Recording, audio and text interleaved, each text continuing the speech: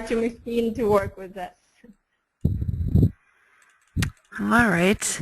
Another question that came in, what do you do when you see that there are too many parties, MLVs, SLVs in the project involved? It's obvious that it's not possible to complete the project with high quality. So if there's too many parties involved, how do you deal with that? Well, it's, really we're not dealing with this often because we are not we do not have the power to see or to predict how many parties it is going to be. And surely we do not in any way estimate if the project quality is affected by the number of parties or not. So we can just state that if the quality is okay or not, the quality of source text or the quality of instructions or the glossary or TM, but it doesn't. I don't think it can be controlled by us and to be chosen by us, and we are not in the position, in the chain to have a separate word in that. So we just try to do our best and inform the client if we see that something is wrong with the material. All right. And somebody was also wondering, back to the question that you answered 2 questions ago, I think, if you've ever said no. Maybe it was referring to the machine translation question. I'm not sure. Have you ever turned down a client, not taken their job? Well, in rare cases, yes, we do. If we're, for example, if we're offered to take the language that we are not handling, or if we see that we have no suppliers with that experience, or if we see that we cannot afford having suppliers with the necessary experience to deal with the project, or if we see that the deadline is simply unreal, then we can say that we can take some part of a project, but not a project as a whole. But yes, of course it happens, of course. Because, it's important to know that you can guarantee quality. And if you know that you cannot guarantee quality in taken conditions, if it's not possible, like 100 pages in a day, no, we cannot take that. All right. And then one person is asking, they think they missed the statistics that you gave towards the beginning, and they're wondering if you could just recap the source of that and just review the statistics that you provided. Just show the slide, right? Yes. Just a second. Here it is.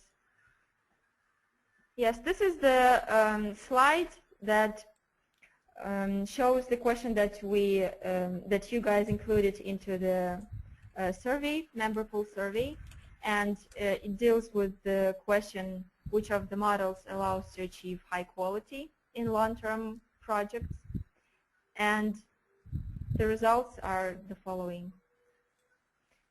You can see that it's like half of projects that SLV is there in the process, and half of the projects where SLV is a missing chain.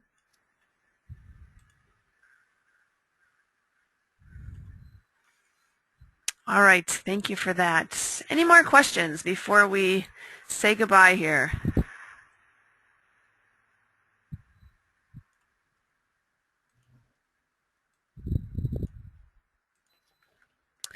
Inga, go ahead. Yes, hello. Olga, thank you for your presentation. My question is, basically, it's more about localization as such. For example, if you're running into a situation where your client, you're, say, localizing something like an ad, and your client requires you to replace your choice of words with something that would be more, say, more of a kind of an exact translation, but less specific to the audience that you're translating for. For example, yes, this is an exact translation, but that's not how we say it in Ukraine. Would you sacrifice the quality of localization, or would you sacrifice the quality of translation in terms of it being precise? Thank you. Thank you for a question. It depends, again, it depends on the client and on what they need. Sometimes for the procedures, yes, they need consistency, exact consistency, and they can sacrifice the style sometimes. I think we have all faced those projects. And yes, in this case, of course, it is no problem for us to accept. But if we talk to the client and if he tells us that these materials are going to be used here in Ukraine, and if local people will be reading that, or in Russia, say, of course, we try to explain that it is better to, to provide a better style and higher readability than just exact translation and consistency. And yeah, clients are pretty understanding about that, just as long as we know that, as long as we know what they need. All right, I am sending everyone a chat message that shows the name of the book that one of our attendees mentioned. So if anyone's interested in checking out that resource, I've just sent it to everyone. All right, any last questions?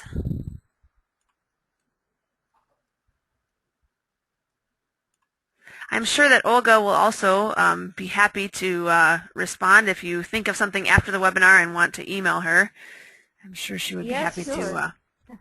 All right. Just ask Amy and she will give my email. Yes, and I can do that right now, actually. Oh, yes, sure. Let me grab that. All right. Well, I think if there are no more questions, that we have come to the end. And I want to let everyone know that we have recorded this presentation, and it will be available on the GALA website shortly, probably, hopefully by tomorrow, if not tomorrow, Monday.